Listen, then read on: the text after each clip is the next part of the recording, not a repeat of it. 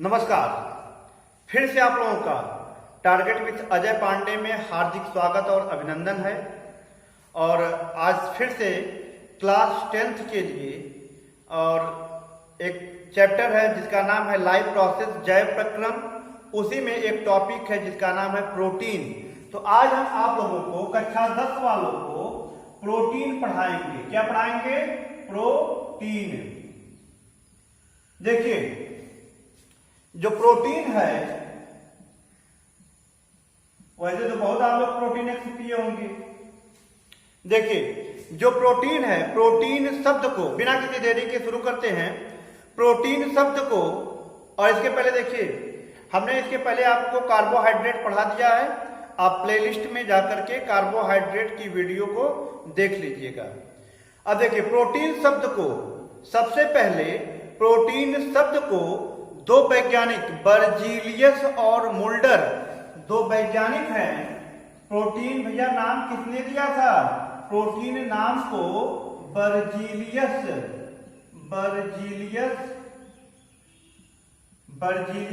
और Mulder, Berzelius और Mulder ने दिया था। The term protein is given by Berzelius and Mulder. किसने दिया था भैया? बर्जीलियस। हाँ, नहीं तो जिसको कहे भैया हमें हिंदी नहीं समझ में आती, इंग्लैंड से आए हैं, तो वो अपना देख ले, बर्जीलियस एंड मुल्डर। हाँ, नहीं तो बाद में कहें अरे सर जी हिंदी में पढ़ावत है, तो देख लीजिए, term protein is given by Berzelius and Mulder. Protein term को बर्जीलियस और मुल्डर ने दिया था। देखिए, जो प्रोटीन होती है वह हमारे शरीर के वृद्धि, प्रोटीन हमारे शरीर के वृद्धि एवं विकास के लिए अति आवश्यक होती है। प्रोटीन क्या है? हमारे शरीर के ग्रोथ के लिए अति आवश्यक चीज होती है। अगर हमारे शरीर में कहीं टूट फूट हो जाए, यानी हमको कहीं चोट लग जाए, घाव हो जाए, तो उसके हीलिंग्स में, उसके भरने में प्रोटीन का अहम योगदान होता है। ठीक है।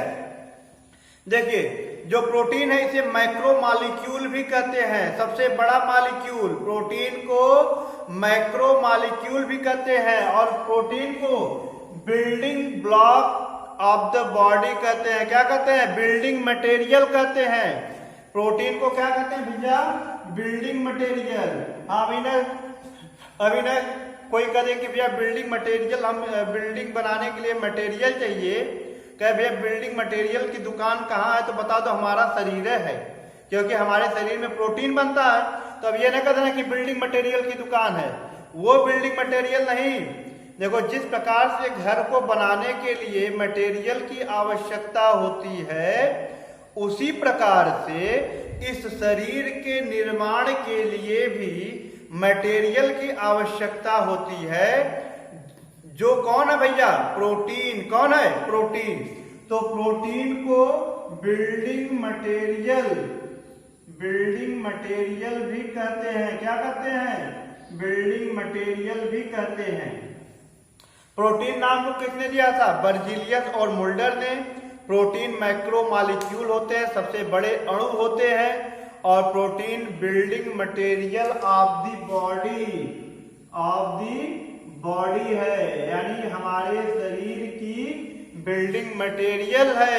ठीक, हमारे शरीर के निर्माण के लिए प्रोटीन की सबसे ज्यादा आवश्यकता होती है। देखिए, जो प्रोटीन है वह प्रोटीन कई प्रकार के अमाइनो एसिड के मिलने से बनती है। तो प्रोटीन का निर्माण किससे होता है?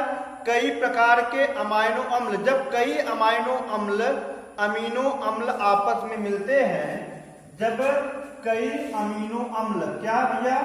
कई अमीनो अम्ल आपस में मिलते हैं तो प्रोटीन का निर्माण होता है। तो प्रोटीन का निर्माण किससे होता है? अमीनो अम्ल से। किससे होता है? अमीनो अम्ल से। यानी कि पूछा जाए कि यूनिट ऑफ प्रोटीन, प्रोटीन की इकाई क्या है, तो प्रोटीन की इकाई अमीनो अम्ल होती है। और देखो, अब 2 या 2 से अधिक अमीनो अम्ल मिलते हैं, तो भैया 2 या 2 से अधिक अमीनो अम्ल मिलेंगे तो उन्हें बांधने की आवश्यकता होगी ना, नहीं तो वो तो दूर भागेंगे। अब बांधने के लिए तो हम रस्सी लाएंगे नहीं, तो इनको बांधने के लिए 2 या 2 से अधिक अमीनो अम्ल के मिलने से प्रोटीन बनता है। और यह अमीनो अम्ल एक दूसरे से पेप्टाइड बंध, कौन से बंध? पेप्टाइड बंध, पेप्टाइड, ये जो अमीनो अम्ल होते हैं, ये जो अमाइनो एसिड होती हैं, वह पेप्टाइड बंध, कौन सा बंध भैया? पेप्टाइड बंध, पेप्टाइड बॉन्ड के द्वारा, पेप्टाइड बॉन्ड के द्वारा जुड़े होते हैं। तो प्रोटीन की यूनिट अमीनो अम्ल है। 2 या 2 से अधिक अमीनो अम्ल एक दूसरे से पेप्टाइड बंध के द्वारा जुड़े होते हैं। आशा है कि ये चीजें समझ में आ गई होगी, इसे नोट कर लीजिएगा। इसे आप नोट भी कर लीजिए, लिखवाने की क्या जरूरत है, पॉइंट में आप लोग नोट करते जाइए। और यदि आपको लगे कि नहीं लिखवाने की जरूरत है तो आप कमेंट बॉक्स में कमेंट जरूर करिएगा और हमें कमेंट करके बताइएगा, हम इन चीजों को लिखवा भी देंगे। देखिए, अब हमने बताया कि प्रोटीन जो है कई सारे अमीनो अम्ल के मिलने से बनी हुई है और ये कई सारी अमीनो अम्ल एक दूसरे से पेप्टाइड बंध के द्वारा जुड़े होते हैं। अब देखिए, प्रोटीन एक कार्बनिक पदार्थ है और इसमें कुछ तत्व भी पाए जाते हैं। अब कौन कौन से तत्व पाए जाते हैं वो देख लीजिए। प्रोटीन में carbon, hydrogen, oxygen, nitrogen, sulphur, phosphorus, iron, iodine आदि कई प्रकार के तत्व पाए जाते हैं, जिनमें से इन सभी तत्वों में से सबसे ज्यादा मात्रा में इनमें नाइट्रोजन पाया जाता है। क्या पाया जाता है? नाइट्रोजन। प्रोटीन में carbon, hydrogen, oxygen, nitrogen, sulphur, phosphorus, iron और आयोडीन पाया जाता है, लेकिन इन सभी तत्वों में सबसे ज्यादा मात्रा में नाइट्रोजन पाया जाता है और नाइट्रोजन की प्रतिशत मात्रा है, नाइट्रोजन 16% इसमें पाया जाता है। कितना प्रतिशत पाया जाता है? 16% नाइट्रोजन पाया जाता है। तो अब कभी पूछ ले या आप वैसे पॉइंट में लिख रहे हैं कि प्रोटीन में निम्नलिखित तत्व पाए जाते हैं और इन तत्वों में सबसे ज्यादा मात्रा में नाइट्रोजन पाया जाता है और नाइट्रोजन कितना होता है? 16% पाया जाता है। ठीक है। अब देखिए, इसमें जैसे नाइट्रोजन आपका नाइट्रोजन 16% हो गया और हाइड्रोजन 7% हो गया, कार्बन 5% हो गया, सल्फर 4% और ऑक्सीजन पाया जाता है। सबसे कम ऑक्सीजन 2.5% होता है। अलग चीजें हैं, बस आप इतना ही जानिए कि सबसे ज्यादा नाइट्रोजन पाया जाता है और नाइट्रोजन का प्रतिशत होता है 16%। देखिए, अब सुनिए बात को कहानी की तरह से। जो प्रोटीन होता है, प्रोटीन अमीनो अम्ल से मिलकर बना होता है। हमारे शरीर में या शरीर के निर्माण में लगभग 20 प्रकार के अमाइनो एसिड की आवश्यकता होती है। हमारे शरीर के निर्माण में जो भी प्रोटीन चाहिए, उस प्रोटीन के निर्माण में लगभग 20 प्रकार के अमीनो अम्ल की आवश्यकता होती है। कितने प्रकार के? 20 प्रकार के अमीनो अम्ल की आवश्यकता होती है। अब इस 20 प्रकार के अमीनो अम्ल में से हमारी शरीर 10 प्रकार के अमीनो अम्ल का निर्माण स्वतः करती है। अब इस 20 प्रकार के अमीनो अम्ल में जो 10 प्रकार का अमीनो अम्ल है, इसका निर्माण हमारा शरीर स्वतः करती है।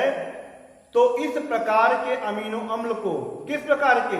जिस प्रकार के अमीनो अम्ल का निर्माण हमारी शरीर स्वतः करती है, तो उस प्रकार के अमीनो अम्ल को नॉन इसेंशियल या अनावश्यक, देखो नॉन इसेंशियल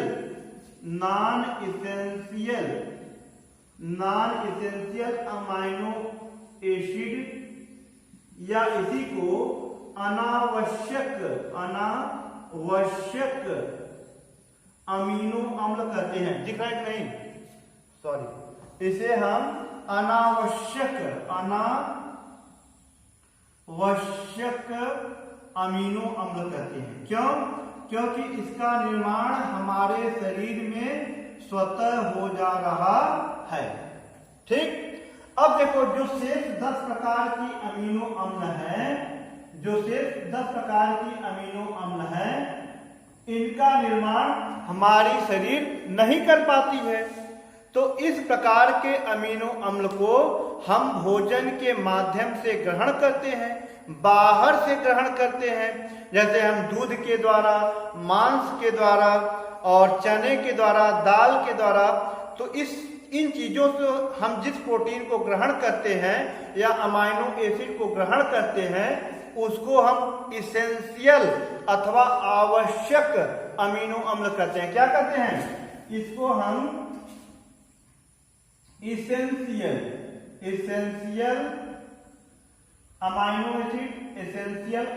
एसिड अथवा इसी को हम इसी को हम क्या कहते हैं? आवश्यक अमीनो अम्ल कहते हैं। क्या कहते हैं? आवश्यक अमीनो अम्ल कहते हैं। ठीक, इतना चीजें क्लियर हुई। ये क्लास 10th के लिए आवश्यक है, इससे ज्यादा हमें नहीं लग रहा है कि क्लास 10 के लिए आवश्यक है। देखिए, अब इसके बाद देखिए प्रोटीन का मुख्य स्रोत क्या है। तो प्रोटीन का मुख्य स्रोत आपका दूध है, मांस है। क्या क्या है भैया? लिखते नहीं तो देखिए, प्रोटीन का मुख्य स्रोत दूध है, मांस, मछली, दाल, विभिन्न प्रकार की दाल आदि, सोयाबीन है, चना है, इन सब में क्या पाया जाता है? प्रोटीन पाया जाता है ज्यादा मात्रा में। फिर इसके अलावा, हाँ नहीं तो पता चला कि कहते भैया रे दूध और दाल के अलावा मांस मछली में प्रोटीन है, तो जो शाकाहारी है वो चले कल से मांस खाने। तो देखिए ऐसा नहीं है, दाल में भी है, चना में भी है, सबसे ज्यादा प्रोटीन सोयाबीन में है। मूंगफली में भी प्रोटीन पाया जाता है, मूंगफली में भी प्रोटीन पाया जाता है, सोयाबीन में भी पाया जाता है। फिर देखिए प्रोटीन जो है, अब विभिन्न प्रकार की प्रोटीन, जैसे देखिए जो नाखून है, नाखून हो गया, जो स्किन हो गया, इसमें अल्फा केराटिन प्रोटीन पाई जाती है। दांत में डेंटिन प्रोटीन पाई जाती है। दांत में कौन सी प्रोटीन होती है? डेंटिन प्रोटीन होती है। और हमारे ब्लड में ग्लोबिन प्रोटीन पाई जाती है। ठीक, इस प्रकार से विभिन्न प्रकार की प्रोटीनें अलग अलग जगहों पर पाई जाती हैं। अब देखिए ब्लड थक्का जमता है, तो ब्लड जो थक्का जमता है उसमें फाइब्रिनोजेन प्रोटीन है। हमारे मसल्स में एक्टिन और मायोसिन प्रोटीन है। मसल्स में कौन प्रोटीन है?